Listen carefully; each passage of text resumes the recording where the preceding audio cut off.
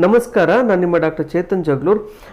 ಈ kidney failure ಅಥವಾ kidney stones ಆಗೋದು ತುಂಬ ಸರ್ವೇ ಸಾಮಾನ್ಯವಾಗಿ ಈ ಬೇಸಿಗೆ ಕಾಲದಲ್ಲಿ ಆಗುತ್ತೆ ಅಂತಲೇ ಹೇಳ್ಬೋದು. ಯಾಕೆ ಈ ಕಿಡ್ನಿ ಸ್ಟೋನ್ಸ್ ಬೇಸಿಗೆ ಕಾಲದಲ್ಲಿ ಆಗುತ್ತೆ ಗೊತ್ತಾ ನಿಮಗೆ? ಒಂದು ನೆನ್ಪಿಟ್ಕೊಳ್ಳಿ, ಕಿಡ್ನಿದು ಏನು ಕೆಲಸ ಅಂತ ಹೇಳಿದ್ರೆ, ಕಿಡ್ನಿ ನಮ್ಮ ದೇಹದಲ್ಲಿ ಇರ್ತಕ್ಕಂಥ ಟಾಕ್ಸಿನ್ಸ್ ಆಗಿರ್ಬೋದು ಅಥವಾ ನಮ್ಮ ದೇಹದಲ್ಲಿ ಇರ್ತಕ್ಕಂಥ ಕೊಳೆ ಅಂಶ ಅಂದರೆ ನಮಗೆ ಬೇಡವಾಗಿರ್ತಕ್ಕಂಥ ಕೆಮಿಕಲ್ಸ್ನ ಯೂರಿನ್ ಮುಖಾಂತರ ಹೊರಗಡೆ ಮಾಡ್ತಕ್ಕಂಥದ್ದು ಕೆಲಸ ಕಿಡ್ನಿದಾಗಿರುತ್ತೆ.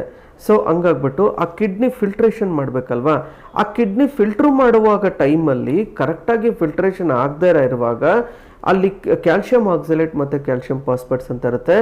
ಅವುಗಳು ಸರಿಯಾಗಿ ಫಿಲ್ಟ್ರೇಷನ್ ಆಗಲಿಲ್ಲ ಅಂತಂದರೆ ಅಲ್ಲಿ ಕ್ಯಾಲ್ಸಿಫಿಕೇಷನ್ ಆಗಿಬಿಟ್ಟು ಕರ್ಲ್ಗಳ ರೂಪದಲ್ಲಿ ಆಗುತ್ತೆ. ಇದಕ್ಕೆ ನಾವು ಕಿಡ್ನಿ ಸ್ಟೋನ್ಸ್ ಅಂತ ಹೇಳ್ತೀವಿ. ಈ ಕಿಡ್ನಿ ಸ್ಟೋನ್ಸ್ ಆದಾಗ ಆಗಬಾರ್ದು ಅಂತ ಯಾಕೆ ಈ ಸಮ್ಮರ್ ಸೀಸನಲ್ಲಿ ಆಗುತ್ತೆ ಗೊತ್ತಾ ನಿಮಗೆ? ಈ ನಮ್ಮ ದೇಹದಲ್ಲಿ ಯಾವಾಗ ನೀರಿನ ಅಂಶ ಕಮ್ಮಿ ಆಗ್ತಾ ಬರುತ್ತೆ ಅಂದರೆ ನೀರನ್ನ ನೀವು ಚೆನ್ನಾಗಿ ಕುಡಿತಾ ಇರಲ್ಲ, ಆವಾಗ ಅಲ್ಲಿ ಕಿಡ್ನಿ ಫಿಲ್ಟ್ರ್ ಮಾಡುವಾಗ ಅದು ಸರಿಯಾಗಿ ಫಿಲ್ಟ್ರ್ ಮಾಡೋಕ್ಕಾಗಲ್ಲ. ಇವಾಗ ಒಂದು ಎಕ್ಸಾಂಪಲ್ ಹೇಳ್ತೀನಿ ನೋಡಿ. ಇವಾಗ ಯಾವುದಾದ್ರೂ ಒಂದು ಮಜ್ಜಿಗೆ ಆಗಿರ್ಬೋದು ಅಥವಾ ಟೀ ಆಗಿರ್ಬೋದು ಸೋಸ್ತಾ ಇರ್ತೀರ, ಆವಾಗ ಸ್ವಲ್ಪ ನೀರಿರುವಾಗ ಚೆನ್ನಾಗಿ ಫಿಲ್ಟ್ರ್ ನೀಟಾಗಿ ಆಗುತ್ತೆ. ಅಕಸ್ಮಾತ್ ಏನಾದರೂ ಜಾಸ್ತಿ ಅದ್ರ ನೀರು ಕಮ್ಮಿಯಾಗಿ ಗಟ್ಟಿಯಾಗಿರ್ತಕ್ಕಂಥ ಮಜ್ಜಿಗೆನೋ ಅಥವಾ ಮೊಸರು ನೀವು ಸೋಸಕ್ಕೆ ಹೋಗಿ ಅಲ್ಲಲ್ಲೇ ಕೂತ್ಕೊಳ್ಳುತ್ತೆ, ಸರಿಯಾಗಿ ಫಿಲ್ಟ್ರ್ ಆಗಲ್ಲ, ಅದೊಂಥರ ಗಟ್ಟಿ ಆಗುತ್ತಲ್ವ.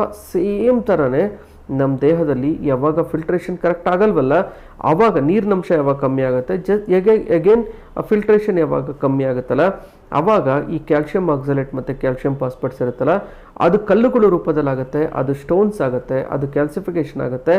ಆವಾಗ ಈ ರೀತಿ ಕಿಡ್ನಿ ಸ್ಟೋನ್ಸ್ ಆಗೋದು ಸರ್ವೇ ಸಾಮಾನ್ಯವಾಗುತ್ತೆ. ಹಂಗಂತ ಅಂದ್ಬಿಟ್ಟು ಎದುರುಕೊಳಕ್ಕೆ ಹೋಗ್ಬೇಡಿ. ಬಿಕಾಸ್ ಕೆಲವೊಂದು ಜನಕ್ಕೆ ಏನಾಗುತ್ತೆ ಅಂದರೆ, ಇವಾಗ ಕಿಡ್ನಿ ಸ್ಟೋನ್ಸ್ ಬರ್ತಾ ಇರುತ್ತೆ ಅಂದರೆ ಈ ಸಮ್ಮರ್ ಬಂತು ಅಂದಿದ ತಕ್ಷಣ ಅವ್ರಿಗೆ ಕಿಡ್ನಿ ಸ್ಟೋನ್ಸ್ ವರ್ಷಕ್ಕೊಂದ್ಸರಿ ಆಗ್ತಾನೆ ಇರುತ್ತೆ. ಅದಕ್ಕೆ ಲಿಥೋಟ್ರೋಪ್ಸಿಕ್ ಆಪ್ರೇಷನ್ನು ಅಥವಾ ಒಂಥರ ಆಪ್ರೇಷನ್ ಮಾಡಿ ತೆಗೆಯೋದು, ಕಿಡ್ನಿ ಸ್ಟೋನ್ಸ್ ತೆಗೆಯೋದು, ಈ ರೀತಿ ಎಲ್ಲ ಮಾಡ್ಕೊಳ್ತಾ ಇರ್ತೀರ.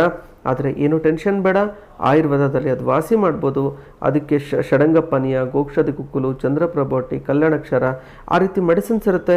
ಅವುಗಳನ್ನ ತಗೊಳ್ಳೋದ್ರಿಂದ ಒಂದು 3 to 5 mm ಸ್ಟೋನ್ಸ್ ಅಂದರೆ 3 to 4 mm ಸ್ಟೋನ್ಸ್ ಇತ್ತು ಅಂದರೆ ಬರೀ 2 ಗಂಟೆ ಒಳಗೆ ಹೊರಗಡೆ ಬರುತ್ತೆ.